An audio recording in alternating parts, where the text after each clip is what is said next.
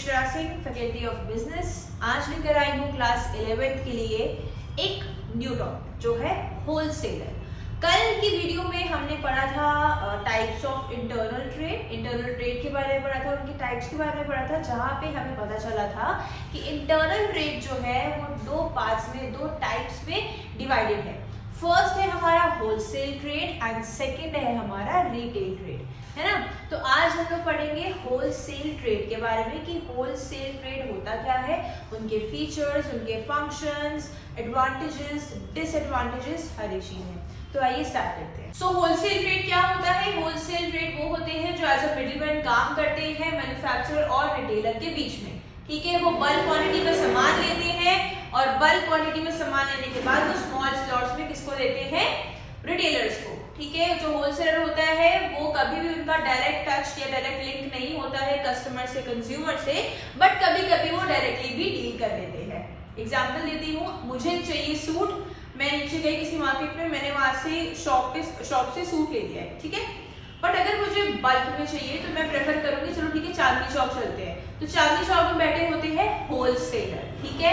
मेरे घर के पास है रिटेलर, गॉट इट। तो रिटेलर जो होता है वो अपना कुछ तो प्रॉफिट लगाएगा, पर अगर मैं चांदनी चौक में गई और मैंने बल्क में सामान लिया तो ऑब्वियसली मेरा जो मुझे पैसे मुझे लगेगा रिटेलर रेट का, जो मेरा कॉस्टिंग उसका होगा प्रोडक्ट का, वो थोड़ा मुझे कम में मिल जाएगा। इसलिए होलसेलर बहुत ज्यादा इंपॉर्टेंट होते हैं मैन्युफैक्चरर और रिटेलर के लिए और कहीं ना कहीं कस्टमर्स के लिए भी। तो आइए जानते हैं characteristics of wholesale trade. Wholesaler का सबसे पहला पॉइंट ये है कि essential link between the producers and the retailers. मैंने आपको बताया कि वो एज अ मिडिलमैन काम करते हैं, तो वो अगर एज अ मिडिलमैन काम करते हैं तो वो एक लिंक, एक कनेक्शन बना रहे हैं मैन्युफैक्चरर का किससे? रिटेलर से। क्यों, कैसे बना रहे हैं? कि वो मैन्युफैक्चरर से सामान खरीद रहे हैं और रिटेलर को दे रहे हैं, तो दोनों का लिंक बन रहा है। Second point, specializes in the purchase and sale of items of a particular line।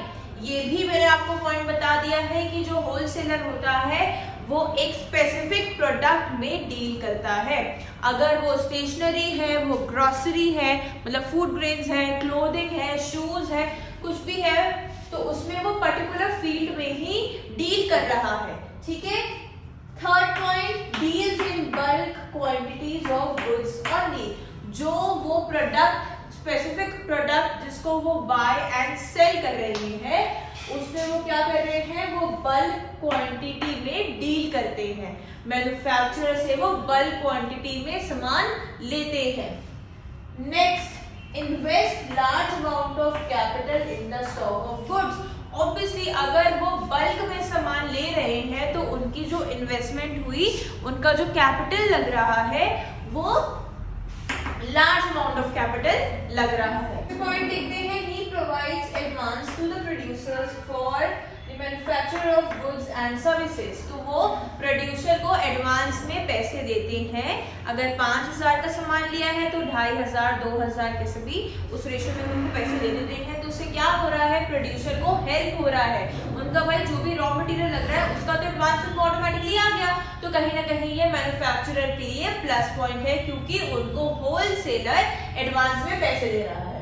Next, provides credit facilities to the retailer. Credit facilities को in Hindi we call it उधार। उधार क्या होता है? हिसाब एक होता है ना, हिसाब बनते हैं मंथली का, पूरे मंथ में सामान लो और लास्ट में जो हिसाब हुआ वो पैसे दे दो, है ना।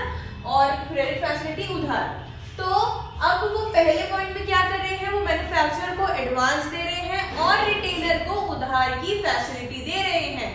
मतलब तुम मुझसे सामान ले लो और फिर बाद में मुझे पैसे दे देना। तो इससे क्या हो रहा है? इससे रिटेलर के लिए भी एक प्लस पॉइंट है कि भाई सामान ले लिया, बेच दिया, उससे जो पैसे आए चलो ठीक है, फिर वापस वो किसको दे दिया? होलसेलर को। तो जो होलसेलर है वो मिडिलमैन है और वो बहुत ही क्रूशियल, बहुत ही इंपॉर्टेंट रोल प्ले कर रहा है मैन्युफैक्चरर के लिए भी और रिटेलर के लिए भी। पॉइंट है, trades for very low margin of profit. वो बहुत ही लो प्रॉफिट के लिए काम करते हैं। लो प्रॉफिट उनका होता है, क्यों होता है? जो वो मैन्युफैक्चरर से सामान लेते हैं तो उसमें बहुत ही कम मार्जिन रखते हैं, क्योंकि जब वो आगे रिटेलर को देंगे सामान तो वो भी तो अपना मार्जिन रखेगा। तो उससे क्या होगा? कस्टमर प्रॉब्लम होगी, उसको सामान महंगा मिलेगा, है ना।